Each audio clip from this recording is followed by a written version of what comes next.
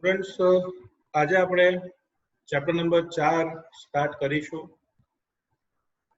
Okay, successfully 4 chapter complete થયા પછી હવે એવું લાગે છે કે હવે નાના નાના થોડા ચેપ્ટર ઝડપથી પતાઈએ જેથી આંકડાઓ મોટા આપણી સામે આવે. બાળકો, ચેપ્ટર નંબર 4 નું નામ છે રાસાયણિક ગતિકી. રાસાયણિક ગતિકી એકચ્યુઅલી આ ચેપ્ટર એટલા માટે વધારે મહત્વનું છે કે કોઈ પણ વર્ષના એન્ટ્રન્સ એક્ઝામના ઇન્ડિયાભરના કોઈ પણ પેપર જુઓ ને તો ઓછામાં ઓછો 1 અને વધુમાં વધુ 3 સુધી પ્રશ્નો આ ચેપ્ટરમાંથી પૂછાતા હોય છે. બીજું, કન્સેપ્ચ્યુઅલી ખૂબ જ સારું ચેપ્ટર છે. કન્સેપ્ચ્યુઅલી ખૂબ જ સારું ચેપ્ટર એટલે લોજિક વાળું ચેપ્ટર છે, એટલે તમને બી થોડી મજા આવશે. અને દાખલાઓ છે એટલે થોડી ધીંગામસ્તી પણ દાખલાઓ સાથે કરીશું. બરાબર?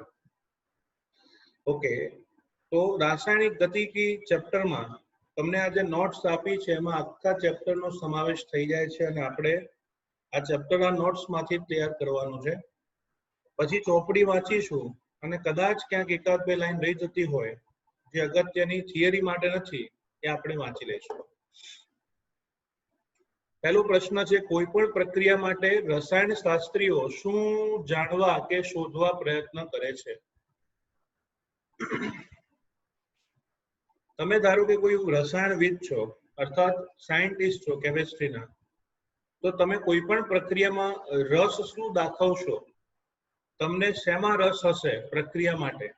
બરાબર, પ્રસ્તાવનામાં આપણને આ પ્રશ્ન પૂછ્યો છે. તો બાળકો, જો એક વસ્તુ સમજી લઈએ કે કોઈ પણ પ્રક્રિયા માટે આપણે મુખ્યત્વે કઈ કઈ બાબતો એની ઉપર ફોકસ કરીશું. સૌથી પહેલું, રાસાયણિક પ્રક્રિયાનું પ્રાકકથન જાણવા માટે પ્રયત્ન કરીશું. એટલે કે થર્મોડાયનેમિક્સ અનુસાર રાસાયણિક પ્રક્રિયા આપમેળે થશે કે નહીં એની શક્યતા જાણવા પ્રયત્ન કરીશું. પહેલા તો આપણે એવું જ વિચારીએ ને કે હોગા કે નહીં હોગા. બરાબર. પછી બીજો પ્રશ્ન એ થાય કે જો પ્રક્રિયા થતી હોય તો કેટલી માત્રામાં થશે, એટલે કે જો શક્ય હોય તો કેટલા પ્રમાણમાં થશે એના વિશે વિચાર આવે. અને ત્રીજું, પ્રક્રિયાનો વેગ કેટલો હશે એને જાણવા માટે કોઈ પણ રસાયણ શાસ્ત્રી પ્રયત્ન કરે છે. મુખ્યત્વે 3 બાબતો કોઈ પણ પ્રક્રિયા જાણવા માટે પ્રયત્ન થતો હોય છે.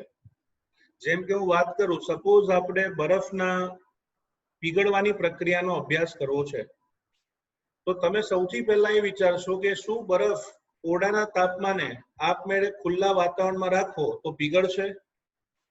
એનો જવાબ ઉષ્માગતિશાસ્ત્ર આપે છે. તમે એના માટે એવું કહેતા હતા કે જો અચળ તાપમાને અને દબાણે પ્રક્રિયાની મુક્ત ઉર્જાનો ફેરફાર ડેલ્ટા જી ઓફ રિએક્શન ઋણ હોય તો પ્રક્રિયા સ્વયંસ્ફુરિત હશે, એટલે કે પ્રક્રિયા આપમેળે થશે. બરાબર. આની સાથે સાથે કહેતા હતા જો પ્રણાલી અને પર્યાવરણની કુલ એન્ટ્રોપીનો ફેરફાર ધન હોય તો પ્રક્રિયા આપમેળે થશે. તો આમ પહેલા પ્રશ્નનો જવાબ તમને આપી રહ્યું છે કોણ? ઉષ્માગતિશાસ્ત્ર. પ્રક્રિયાની મુક્ત ઉર્જાનો ફેરફાર એને આ સિમ્બોલ ન અપાય, ડેલ્ટા જી અપોન આર ન આવે, ડેલ્ટા જી આર પ્રિફિક્સ એટલે કે આગળ આર કરીને લખવું પડે. તો થોડો સુધારો છે કે ઉષ્માગતિશાસ્ત્ર જવાબ આપે છે રાસાયણિક પ્રક્રિયાનું પ્રાકકથન કરે છે, પ્રક્રિયા આપમેળે થશે કે નહીં. પ્રક્રિયા કેટલી માત્રામાં પુરોગામી દિશામાં આપમેળે ધપશે તે રાસાયણિક સંતુલનથી જાણવા પ્રયાસો થાય છે. તમે સંતુલન ચેપ્ટરમાં ભણી ગયા કે સંતુલન અચળાંક k નું મૂલ્ય અહીંયા મોર ધેન 0 આપ્યું છે, જનરલી મોર ધેન 1 હોય. તો જો પ્રક્રિયાના સંતુલન અચળાંક k નું મૂલ્ય ધન હોય, એવું નહીં લેવાનું, મોર ધેન 1 હોય તો પુરોગામી દિશામાં પ્રક્રિયા થશે અને k નું મૂલ્ય જેટલું વધારે એટલી નિપજનું પ્રમાણ પણ વધારે હશે. નિપજનું પ્રમાણ પણ કેવું હશે? વધારે. એટલે આપણે કહી શકીએ કે પ્રક્રિયા પુરોગામી દિશામાં કેટલી માત્રામાં થશે, બીજો પ્રશ્ન વૈજ્ઞાનિક આ જાણે છે, એનો જવાબ મેળવવા પ્રયત્ન કરે. એનો જવાબ સંતુલનથી મળે છે, અને રાસાયણિક સંતુલન એ રાસાયણિક ગતિકીનો જ એક ભાગ છે. કેનું મૂલ્ય જેમ વધારે તેમ નિપજોનું પ્રમાણ વધારે હોય છે. ત્યારબાદ ત્રીજું, રાસાયણિક ગતિકીનો ઉપયોગ કરી પ્રક્રિયાનો વેગ અને અસર કરતા પરિબળોનો અભ્યાસ કરવા પ્રયત્ન કરે છે. બાળકો, બરફ શું આપમેળે ઓરડાના તાપમાને પીગળશે? તો વૈજ્ઞાનિકે જોયું ડેલ્ટા જી લેસ ધેન 0, તો કીધું હા પીગળશે. અચ્છા, કેટલો પીગળશે? એનો જવાબ સંતુલને આપ્યો, ભાઈ બધો જ પીગળી જશે. કારણ કે ખુલ્લા પાત્રમાં થતી પ્રક્રિયાઓ હંમેશા 100% પૂર્ણ થતી હોય છે, પણ જો બંધ પાત્ર લઈએ તો સંતુલન અવસ્થા પ્રાપ્ત થાય, 100% પ્રક્રિયા પૂરી થતી નથી. એટલે કેટલા પ્રમાણમાં નિપજ મળશે એ રાસાયણિક સંતુલન નક્કી કરે. ત્રીજો પ્રશ્ન થાય, બરફ કેટલા સમયમાં પીગળશે? તો એનો જવાબ આપવા માટે ઉષ્માગતિશાસ્ત્ર સક્ષમ નથી, અને એટલા જ માટે રાસાયણિક ગતિકીનો ઉપયોગ કરવો પડે છે. તો રાસાયણિક ગતિકીથી પ્રક્રિયાનો વેગ અને એને અસર કરતા પરિબળોનો અભ્યાસ કરવામાં આવે છે. અન્ડરસ્ટુડ? તો આ પ્રસ્તાવનામાં નાનો એવો ટોપિક આપ્યો છે કે what are the question before the scientist when he is carried out any reaction? First question, reaction occurs itself or not? Second, reaction occurs to how much content, કેટલી માત્રામાં થશે? અને third one, what is the rate of reaction, means in how much time reaction should be completed? પ્રક્રિયાનો વેગ કેટલો હશે, કેટલા સમયમાં પૂર્ણ થશે કે સંતુલન સ્થપાશે, અને વેગની અસર કરતા પરિબળો કયા હશે? બરાબર? તો આ ત્રણ પ્રશ્નોનો જવાબ મેળવવો પડે છે. પણ એક વસ્તુ તમને કહું, રસાયણશાસ્ત્રી ખાલી ઉષ્માગતિશાસ્ત્રનો ઉપયોગ કરીને પ્રક્રિયા સમજી નહીં શકે, કારણ કે ઉષ્માગતિશાસ્ત્ર ખાલી એવું કહે છે પ્રક્રિયા થશે. ખાલી રાસાયણિક ગતિકીનો ઉપયોગ કરીને પ્રક્રિયા સમજી નહીં શકે. રાસાયણિક ગતિકી એવું કહે છે કે આટલા વેગથી આટલા સમયમાં પ્રક્રિયા પૂરી થશે, પણ થશે કે નહીં એ તો જાણતા નથી. એટલે કોઈ બી રસાયણશાસ્ત્રી પ્રક્રિયાનો અભ્યાસ કરવા માંગતા હો તો એને ઉષ્માગતિશાસ્ત્ર અને રાસાયણિક ગતિકી બંનેનો અભ્યાસ કરવો ખૂબ જ જરૂરી છે, અને એટલા જ માટે વૈજ્ઞાનિકો તમને આ ચેપ્ટર અહીંયા મૂકવામાં આવ્યું છે. બરાબર? ઓકે, તો ફરીથી સૌથી પહેલો પ્રશ્ન, પ્રક્રિયાનું પ્રાકકથન એટલે કે આપમેળે થશે કે નહીં. બીજું, કેટલી માત્રામાં પુરોગામી દિશામાં ધપશે, અને ત્રીજું, પ્રક્રિયાનો વેગ શું હશે, સમય શું હશે, અને એની પર કયા પરિબળો અસર કરશે. પ્રશ્ન નંબર 2 છે, રાસાયણિક ગતિકી એટલે શું? રાસાયણિક ગતિકી અને ઉષ્માગતિશાસ્ત્રથી શું માહિતી મળે છે? What is chemical kinetics and what is thermodynamics? અને બંનેથી શું માહિતી પ્રાપ્ત થાય છે? બાળકો, રાસાયણિક ગતિકી હકીકતમાં રાસાયણિક ગતિકીનો અર્થ થાય છે ઇંગ્લિશમાં કાઇનેટિક્સ, અને એ કાઇનેટિક્સ છે એ ગ્રીક શબ્દ કાઇનેસિસ પરથી આવ્યો છે. હું 12મા સાયન્સમાં ભણતો હતો, મને યાદ છે કોષ વિભાજનના વિવિધ તબક્કાઓ અમને મારા સાહેબ મસ્ત ગોખાવતા હતા. લેપ્ટોનીમા, ઝાયગોનીમા, પેક્ટિનીમા, ડિપ્લોનીમા, ડાયકાઇનેસિસ. ઋતિકા ખ્યાલ હશે. તો આ ડાયકાઇનેસિસ ગ્રીક શબ્દ છે. કાઇનેસિસ જેનો અર્થ થાય છે હલનચલન, મૂવમેન્ટ, હલચલ, એવું કહી શકાય. તો કાઇનેસિસ નો અર્થ થાય છે હલચલ, અને રાસાયણિક હલચલ એટલે પ્રક્રિયાની ગતિ સાથે સંકળાયેલું શાસ્ત્ર. આમ કાઇનેસિસ ગ્રીક શબ્દનો અર્થ છે હલનચલન, મૂવમેન્ટ, જેને ઇંગ્લિશમાં કાઇનેટિક્સ કહેવાય અને ગુજરાતીમાં ગતિકી. એની વ્યાખ્યા આપી શકાય કે રસાયણ વિજ્ઞાનની જે શાખામાં પ્રક્રિયાનો વેગનો અભ્યાસ તેમની ક્રિયાવિધિ સહિત કરવામાં આવતો હોય તેને રાસાયણિક ગતિકી કહે છે. ફરીથી, રસાયણ વિજ્ઞાનની જે શાખામાં પ્રક્રિયાના વેગનો અભ્યાસ તેની ક્રિયાવિધિ સાથે કરવામાં આવતો હોય તેને રાસાયણિક ગતિકી તરીકે ઓળખવામાં આવે છે. ફરી એકવાર, રસાયણ વિજ્ઞાનની જે શાખામાં રાસાયણિક પ્રક્રિયાના વેગનો અભ્યાસ તેમની ક્રિયાવિધિ સહિત થાય તેને રાસાયણિક ગતિકી કહે છે. રાસાયણિક ગતિકી પ્રક્રિયાનો વેગ સમજાવે છે, પ્રક્રિયાના વેગને અસર કરતા પરિબળો સમજાવે છે અને પ્રક્રિયા પૂર્ણ થવાનો સમય આપે છે. ઓકે, પ્રક્રિયાનો વેગ સમજાવશે એટલે કેટલા વેગથી પ્રક્રિયા થશે, પ્રક્રિયા કેટલા સમયમાં પૂર્ણ થશે અથવા સંતુલન પ્રાપ્ત કરશે.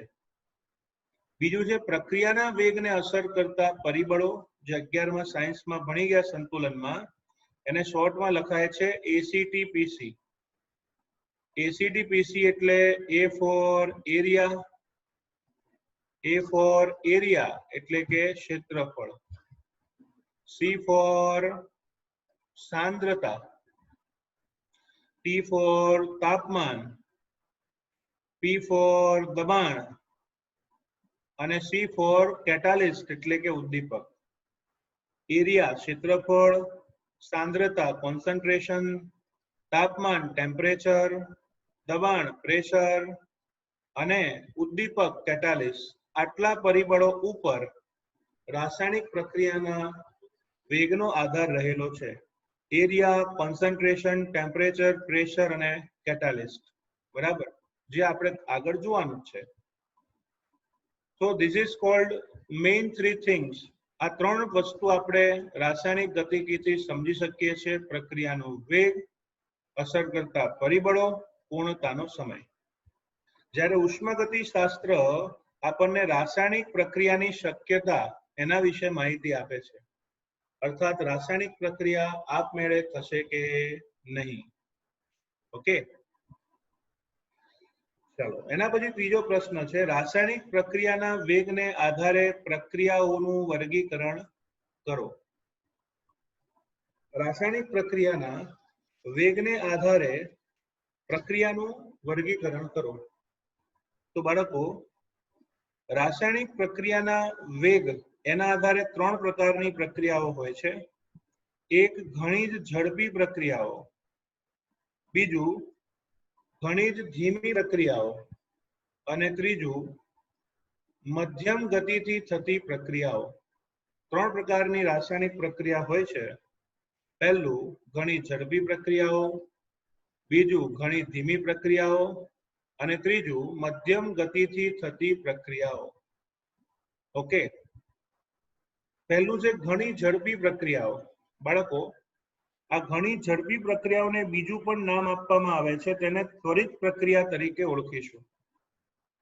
ઓકે, કેટલીક પ્રક્રિયાઓ એટલી બધી ઝડપી હોય છે કે તેઓ ત્વરિત પૂર્ણ થાય છે. મોટાભાગની બધી જ આયનિક પ્રક્રિયાઓ ઝડપી પ્રક્રિયાઓ હોય છે. બરાબર, જેમ કે તમારા લેબમાં ધનાયન ઋણાયનની કસોટીઓમાં આ પ્રક્રિયા થતી હતી કે મૂળ દ્રાવણ NaCl નું લઈ એમાં AgNO3 ઉમેરશો તો આયન વિનિમય પદ્ધતિથી પ્રક્રિયા થાય.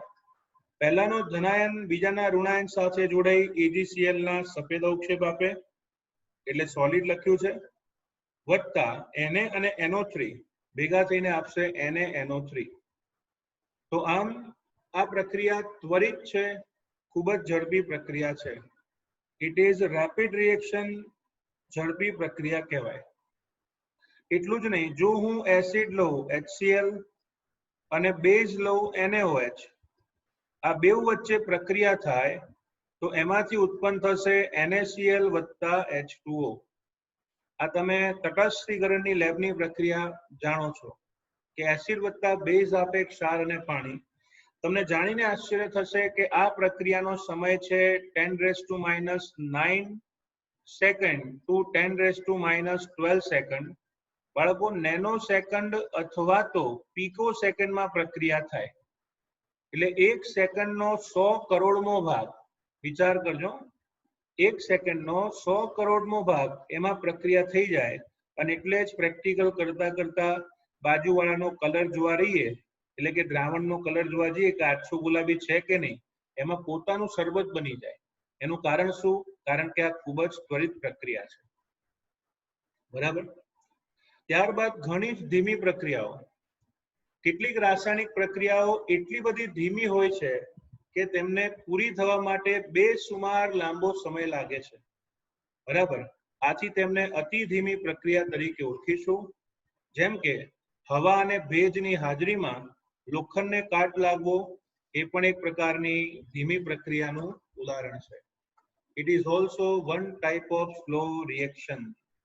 એ પણ એક પ્રકારની ધીમી જ પ્રક્રિયાનું ઉદાહરણ છે. ત્યારબાદ મધ્યમ ગતિથી થતી પ્રક્રિયાઓ, જેમ કે દૂધનું બગડીને દહીં થવું, ધીમી પ્રક્રિયા છે, મધ્યમ પ્રક્રિયા છે. સ્ટાર્ચનું જળ વિભાજન કરો તો એમાંથી ગ્લુકોઝ મળે.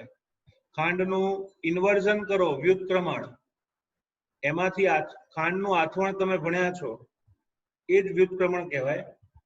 પેલું ઇથેનોલના ઉત્પાદનમાં 10માં ભણ્યા હતા, એમાં ગ્લુકોઝ અને ફ્રુક્ટોઝ મળે. આ બધી જ પ્રક્રિયાઓ એ મધ્યમ ગતિથી થતી પ્રક્રિયાઓ છે. હજુ લખવું હોય તો એસ્ટરનું જળ વિભાજન. ઓકે. ઇન શોર્ટ 3 પ્રકારની રાસાયણિક પ્રક્રિયાઓ હોય છે. Very fast reaction, instant reaction, very slow reaction and moderate મતલબ મધ્યમ ગતિથી થતી રાસાયણિક પ્રક્રિયાઓ. અંડરસ્ટુડ? ઓકે. ત્યારબાદ નેક્સ્ટ ક્વેશ્ચન છે, પ્રક્રિયાનો વેગ એટલે શું?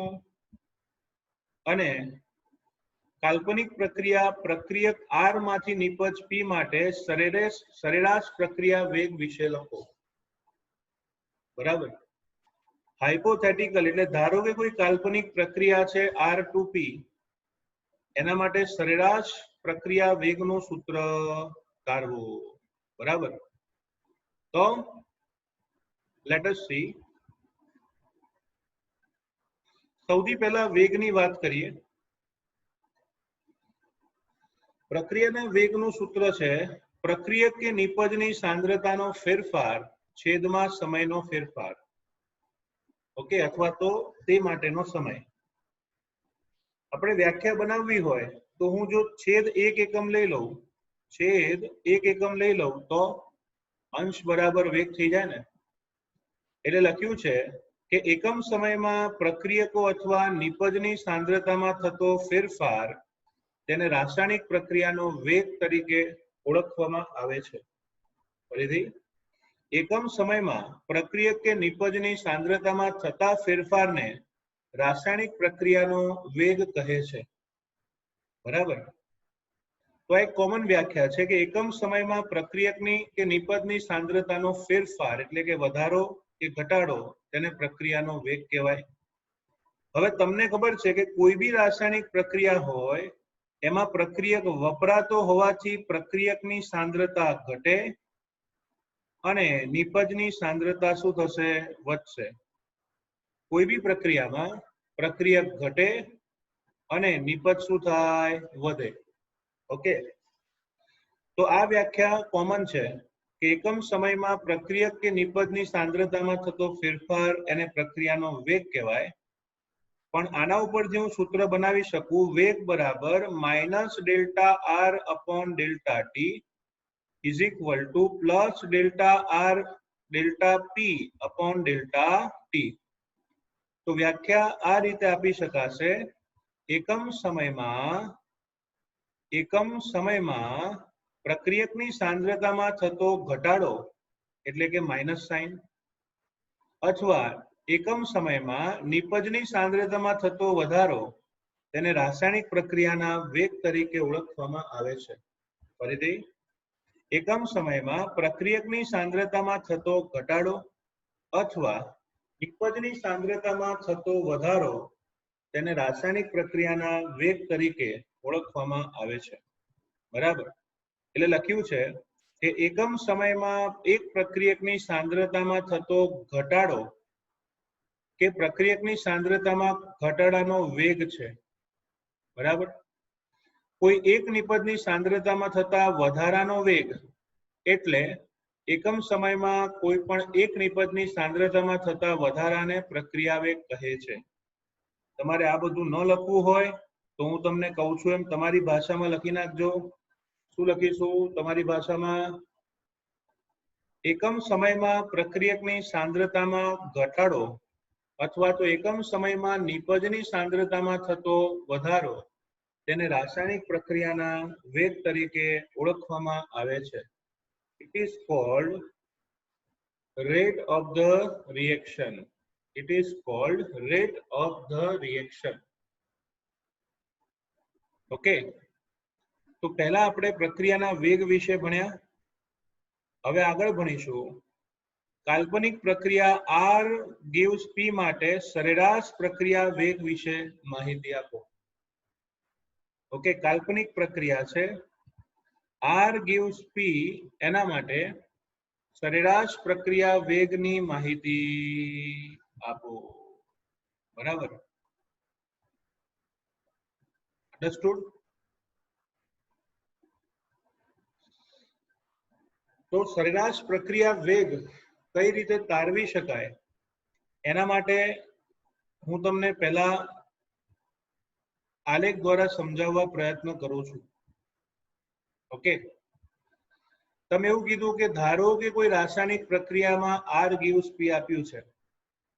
કોઈ બી રાસાયણિક પ્રક્રિયા માટે સાંદ્રતા વર્સિસ સમયનો આલેખ દોરીએ, કોઈ બી પ્રક્રિયા હોય, કોઈ બી, તો તમને ખ્યાલ છે પ્રક્રિયકની સાંદ્રતા અહીંયાથી શરૂ કરીએ તો સમયની સાપેક્ષે પ્રક્રિયકની સાંદ્રતા ધીરે ધીરે ઘટશે અને એ જ રીતે નિપજ શરૂઆતમાં શૂન્ય સાંદ્રતાએ હોય અને નિપજની સાંદ્રતા સમયની સાપેક્ષે ધીમે ધીમે વધે છે. એટલે કે પ્રક્રિયકની સાપેક્ષે સાંદ્રતા ઘટી, નિપજની સાપેક્ષે સાંદ્રતા વધી. ઓકે, હવે આપણે સરેરાશ પ્રક્રિયા વેગ શોધવો હોય એને આ રીતે પણ લખાય R એવરેજ. કોઈ લોકો કેપિટલ R એવરેજ લખે છે તો બી ચાલે. તો સરેરાશ પ્રક્રિયા વેગ જો આપણે શોધવો હોય તો પહેલા બંને આલેખને અલગ અલગ કરીને સમજવા પ્રયત્ન કરીએ. બરાબર, તો કોઈ પણ પ્રક્રિયામાં ઘટતો આલેખ પ્રક્રિયકનો અને વધતો આલેખ નિપજનો આવશે. ઓકે, ચાલો ધારો કે આપણે સરેરાશ વેગ માટે પ્રક્રિયકનો આલેખ લઈએ. બાળકો ફરી પાછું જુઓ, y અક્ષ પર લઈશું આપણે પ્રક્રિયકોની સાંદ્રતા અને x અક્ષ પર લઈશું સમય. પ્રક્રિયકની શરૂઆતની સાંદ્રતાને R0 કહેવાય. અહીંયાથી પ્રક્રિયા શરૂ થઈ, 0 સમય છે અહીંયા. બરાબર, હવે સમયની સાપેક્ષે પ્રક્રિયકની સાંદ્રતા નિયમિત રીતે ઘટે ઘટે ઘટે ઘટે ઘટે ઘટે. ધારો કે અહીંયાથી તમને અવલોકન ચાલુ કર્યું, એવું લખી શકું T1 તાપમાને સાંદ્રતા R1 છે. આ બિંદુ દર્શાવ્યું ને એનો x અક્ષ પર લંબપાત દોરો તો સમય છે. એટલે T1 તાપમાને ધારો કે પ્રક્રિયકની સાંદ્રતા R1 છે. થોડાક સમય પછી T2 તાપમાનીઓ T1 સમયે પ્રક્રિયકની સાંદ્રતા R1 છે અને થોડાક સમયના પ્રક્રિયા પછી T2 સમયે એની સાંદ્રતા ઘટીને R2 થઈ ગઈ.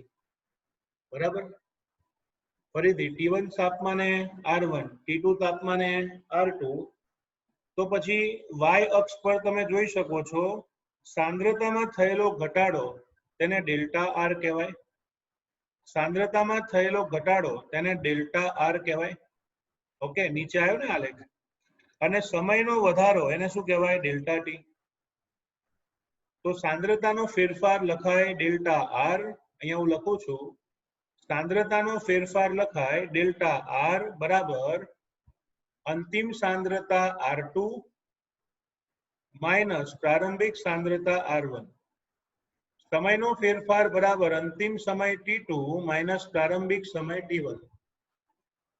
ઓકે, તો આ સમયગાળા દરમિયાન તમને ખબર છે તમે જો કોઈ વ્હીકલ લઈને બહાર ફરવા ગયા હો તો એવું તો છે નહીં કે ગાડી લઈને નીકળ્યા હોય તો એક્સિલેટર પર ઈંટ મૂકી દો એટલે ગાડી એની સ્પીડે ચાલતી રહે.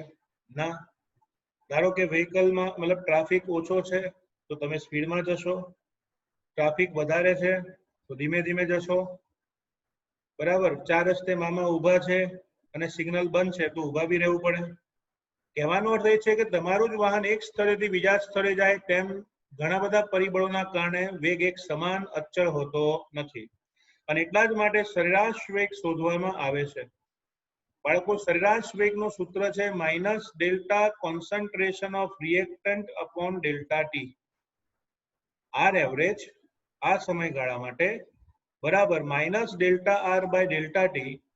ડેલ્ટા આર અને ડેલ્ટા ટી ના મૂલ્યો મૂકી દો તો તમને આ આર એવરેજ નું સૂત્ર પ્રાપ્ત થશે.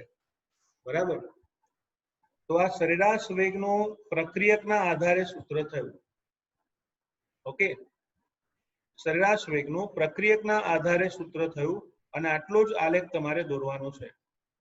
ચોપડીમાં ત્વરિત વેગ અને સરેરાશ વેગ બેઉના આલેખ એક જ માં આપી દીધા છે, આપણે એવું નથી કરવાનું, એટલે આમાં જોઈને તમે ખાસ તૈયાર કરજો. ચલો એના પદો જોઈ લઈએ. સરેરાશ વેગ આર એવરેજ બરાબર minus delta R upon delta T, જેની આપણે હમણાં જ વાત કરી. પ્રક્રિયકોની સાંદ્રતા ઘટે છે જેથી ઢાળ ઋણ બને છે.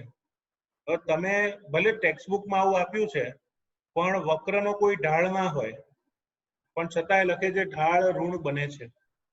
આલેખ વક્ર પણ સમય સાથે પ્રક્રિયકની સાંદ્રતાનો ઘટાડો દર્શાવે છે. તેમાં આંતરછેદ R0 પ્રક્રિયકો શૂન્ય સમયે હાજર છે, એટલે કે શરૂઆતની સાંદ્રતા R0 છે પ્રક્રિયકની, જે સાંદ્રતા R0 મહત્તમ બને છે. તમે ધારો કે 1 મોલર સાંદ્રતા લઈ પ્રક્રિયા શરૂ કરી હોય તો એ મહત્તમ જ હોય ને, કારણ કે એ તો ઘટવાની છે.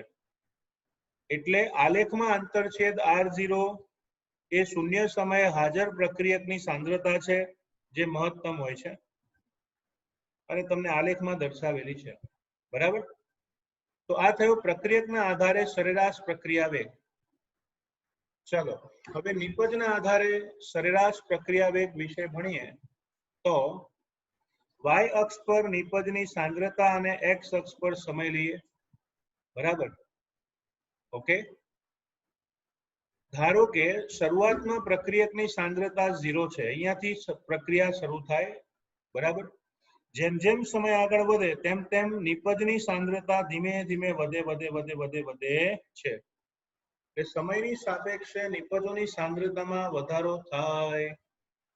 ધારી લો કે આ એક બિંદુએ તમે અવલોકન કર્યું, બંને અક્ષ પર લંબપાત દોરો તો એવું કહી શકાય કે t1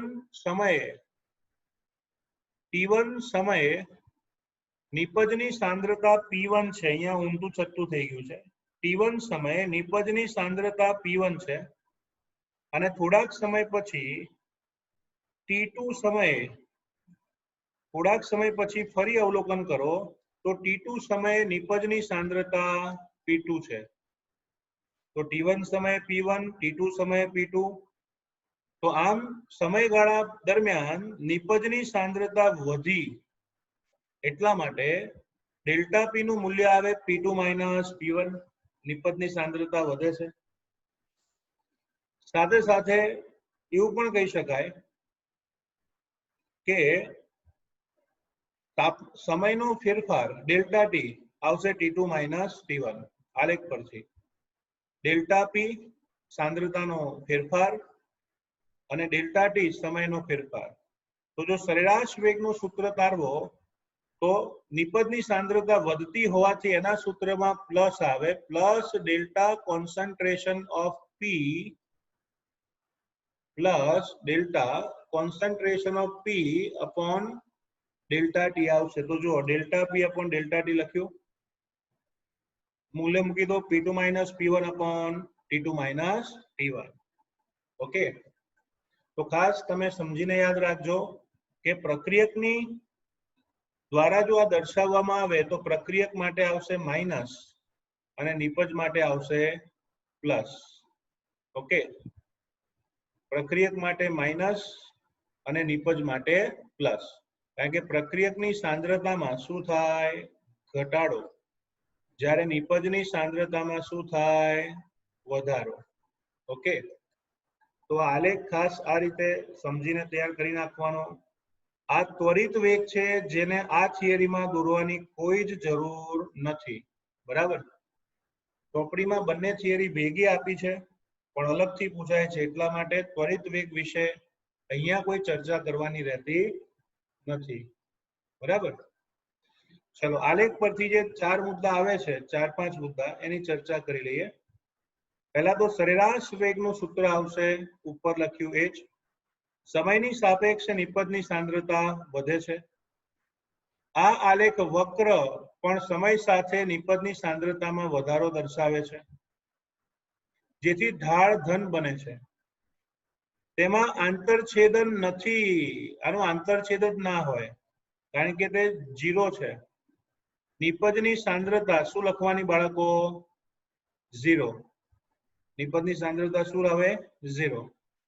એટલે આ આલેખમાં કોઈ આંતરછેદ હોતો નથી કારણ કે પ્રારંભમાં નિપજની સાંદ્રતા 0 હોય છે.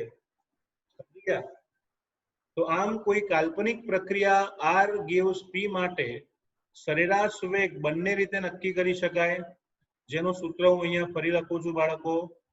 શું આવશે સૂત્ર? વેગ બરાબર r એવરેજ, સરેરાશ વેગ બરાબર r એવરેજ અથવા r average is equal to minus delta concentration of r upon delta t is equal to plus the concentration of p upon delta t. Okay, પ્રક્રિયકની સાંદ્રતાનો ઘટાડો છેદમાં નિપજો દ્વારા થતી સાંદ્રતાના ફેરફારનો વધારો. ઓકે, તો આ સરેરાશ વેગની વાત થઈ જે આપણે જોયું. ઓકે, ચલો હવે નેક્સ્ટ ક્વેશ્ચન છે ત્વરિત વેગ વિશે સમજાવો. પણ હું અહીંયા અટકું છું કારણ કે શાંતિથી ભણીશું, પહેલા આટલું સરસ તૈયાર કરી નાખો એટલે વાંધો ના આવે. એક વાત તમને ખાસ કરવાની છે. વાત એ છે ભાઈ કે